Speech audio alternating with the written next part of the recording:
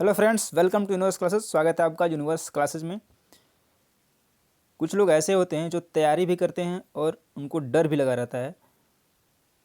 तो या तो आप तैयारी छोड़ दें या तो आपने अंदर से डर हटा दें। उसी पे मैं एक बात करना चाहूँगा।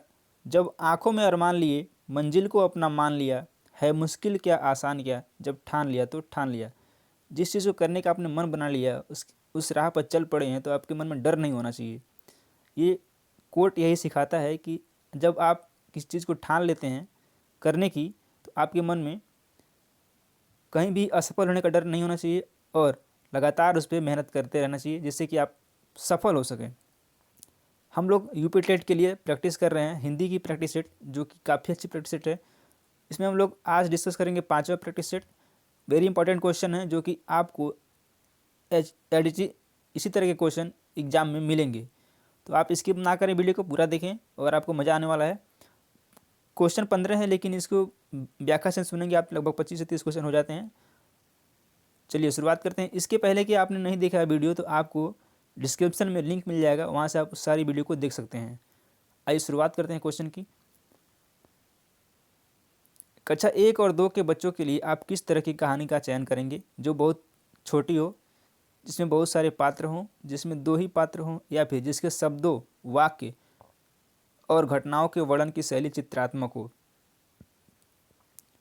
छोटे बच्चे क्या करते हैं, छोटे बच्चे चित्र से ज़्यादा सीखते हैं। जैसे कोई बच्चा है, क्लास 1 में है या 2 में है, तो वो पहली बार तो ए फॉर एप्पल को नहीं जानता है, लेकिन जो सेब का चित्र होता है उसको देख करके वो एप्पल जान जाता है कि ए फॉर एप्पल होता है। या फिर एम फॉर मैंगो, आम को देख करके बच्चा सीखता है। तो इसलिए ज़्यादातर जो बुक होनी चाहिए या कहानी होनी चाहिए वो चित्रात्मक होनी चाहिए, तो ज़्यादा बेटर होगी और बच्चे अच्छे से समझ पाएंगे। इस तरह से इसका ऑप्शन नंबर डी सही है। नेक्स्ट क्वेश्चन है, सच्चिदानंद हीरानंद वात्स्यायन का उपनाम क्या है? हरिऔध, निराला, अगे या फिर गुलेरी। एक बात तो कहना चाहूँगा, ये प्रैक्टिस सेट डेली सुबह 8 बजे होता है, तो आप डेली सुबह 8 बजे इस प्रैक्टिस सेट को जरूर देखें और अपने दोस्तों के साथ शेयर भी करें, जिससे कि हमें मोटिवेशन मिल सके। और वीडियो को लाइक करें, चैनल को सब्सक्राइब जरूर कर लें। हरिऔध, निराला, अगे या फिर गुलेरी। तो हरिऔध का क्या नाम है? अयोध्या सिंह उपाध्याय हरिऔध इनका पूरा नाम है। निराला का सूर्यकांत त्रिपाठी निराला। अगे का क्या नाम है? और गुलेरी का, तो इसका आंसर है अगे, ऑप्शन नंबर सी। और गुलेरी का है चंद्रधर शर्मा गुलेरी, इन सब का पूरा नाम है। अगला क्वेश्चन, ये क्वेश्चन काफ़ी इंपॉर्टेंट है और इस क्वेश्चन से आपको एग्जाम में जरूर क्वेश्चन देखने को। घनानंद को किस युग का कवि माना जाता है? आदिकाल, भक्तिकाल, रीतिकाल या फिर भातेंदुकाल। आदि का जो घनानंद हैं वो रीतिकाल के कवि हैं, ऑप्शन नंबर सी करेक्ट है। आइए देखते हैं घनानंद से संबंधित कुछ जरूरी चीज़ें। घनानंद रीतिकाल की रीति मुक्ति काव्यधारा के प्रमुख कवि हैं। इनका जन्म 1689 से, मतलब 1689 में इनका जन्म हुआ था और इनकी मृत्यु 1739 में हुई थी। ये बुलंदशहर यूपी के थे, यानी कि अपने उत्तर प्रदेश के ये थे घनानंद। और यह निम्बार्क संप्रदाय में दीक्षित थे तथा मुगल बादशाह मोहम्मद शाह रंगीला के आश्रय में थे। अब बात करते हैं इनकी कुछ रचनाएं।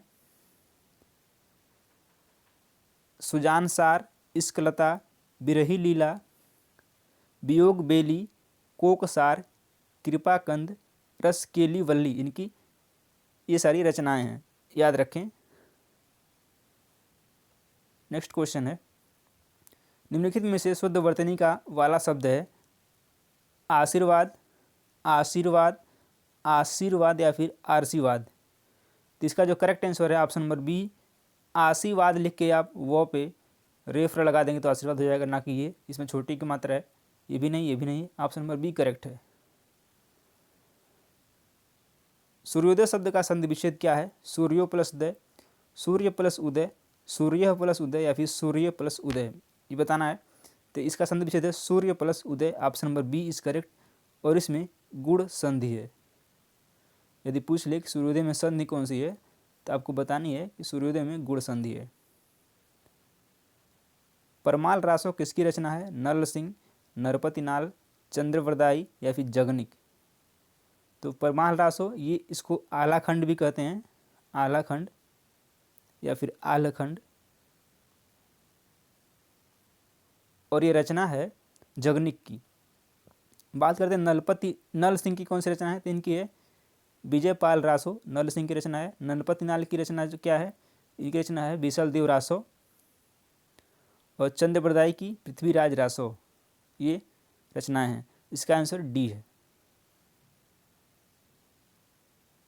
आगे कुआं पीछे खाई का अर्थ क्या है, चारों तरफ जल ही जल होना, दोनों में मुसीबत, रास्ते का बंद होना या फिर बीच से निकल भागना। तो आगे कुआं पीछे खाई, इसका मतलब है दोनों तरफ से मुसीबत आना और आप बीच में फंसे हुए हैं। इसका आंसर नंबर बी है। तेरी बरछी ने बरछीने हैं, खलल की पंक्ति में अलंकार कौन सा है बताना है। रूपक, अनुप्रास, श्लेष या फिर यमक सॉरी। इसमें अलंकार है यमक अलंकार। Option number D is correct answer.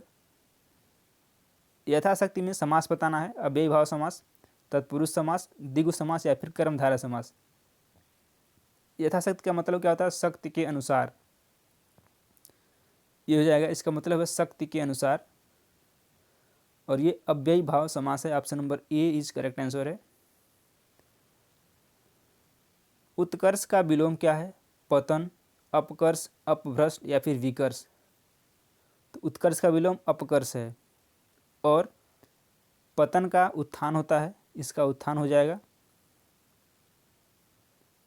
Next question, पेड़ से बंदर कूदा वाक्य में कौन सा कारक है, अपादान कारक है, कर्म कारक है, संप्रदान कारक है या फिर करण कारक है। तो इसको आप एक सेंस में रखें, जब भी किसी से कुछ अलगाव का सेंस हो या फिर शर्माने का हो, लजाने का हो, तो वहाँ पे अपादान कारक होता है। जैसे क्या होता है, बहू ससुर से लजाती है, इसमें क्या है, अपादान कारक है। या फिर सास से बहू ले जाती है, किसी से ले जाती है, पेड़ से पत्ते गिरते हैं या फिर कोई ऊपर से कूद रहा है, ये सब इन सभी जगह पे अपादान कारक होगा। अलगाव के सेंस में कुछ किसी चीज़ से अलग हो रहा हो तो वहाँ पे अपादान कारक होता है, ध्यान रखना है। पेड़ से बंदर क्या कर रहा है, कूद रहा था, अलग हो रहा है ना, इसलिए अपादान कारक होता है। ऑप्शन नंबर ए करेक्ट है। निम्न में तद्भव शब्द क्या है बताना है। भ्रमण, क्या मछली है, क्या अग्नि है, मस्तक या फिर मछली है। तो मछली जो है तद्भव शब्द है, इसका जो तत्सम होता है वो होता है मत्स्य, यानी कि ये मत्स्य होता है और यहाँ मछली लिखा है, तो मछली क्या है, तद्भव शब्द है। अब इसमें हम लेंगे कुछ शिक्षण से संबंधित क्वेश्चन।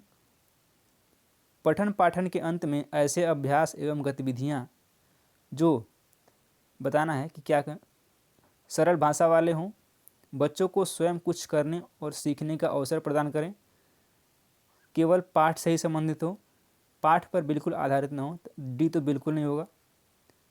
केवल पाठ से संबंधित हो, ये भी नहीं है, और सरल हो, ये भी नहीं है।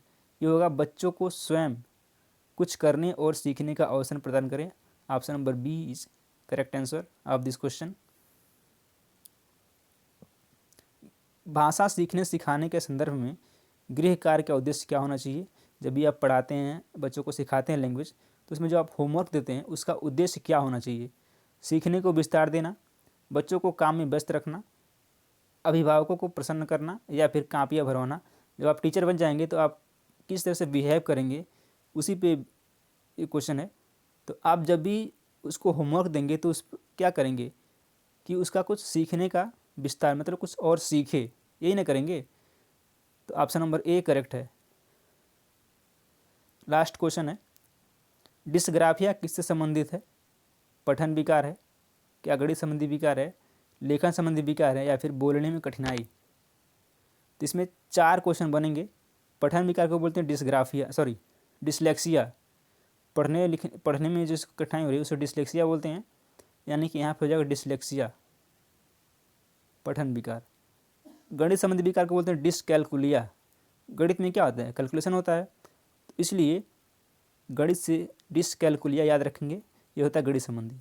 लेखन संबंधी क्या होता है, जब लेखने में कठिनाई होती है, सॉरी लिखने में जो कठिनाई होती है उसे बोलते हैं डिसग्राफिया, यानी कि डिसबैलेंस होता है, लिखने से लिखना नहीं चाहता है, या फिर लिखेगा तो टेढ़ा मेढ़ा लिखेगा, क बनाना ऐसे तो क बनाएगा ऐसे। क्या है ये डिस डिस्ग्राफिया के लक्षण हैं। और एक होता है बोलने में कठिनाई, यानी कि जो हकलाते हैं ज़्यादातर के, वो होता है अफेजिया, यानी कि बोलने में कठिनाई अफेजिया होता है। तो इस तरह से इसका आंसर है ऑप्शन नंबर सी। बाकी हमने चारों को एक्सप्लेन कर दिया है। आई होप सो वीडियो पसंद आया होगा। वीडियो पसंद है वीडियो को लाइक ज़रूर करें, चैनल को सब्सक्राइब किए बिना मत जाना, क्योंकि ऐसे ही वीडियो आपको मिलते रहेंगे।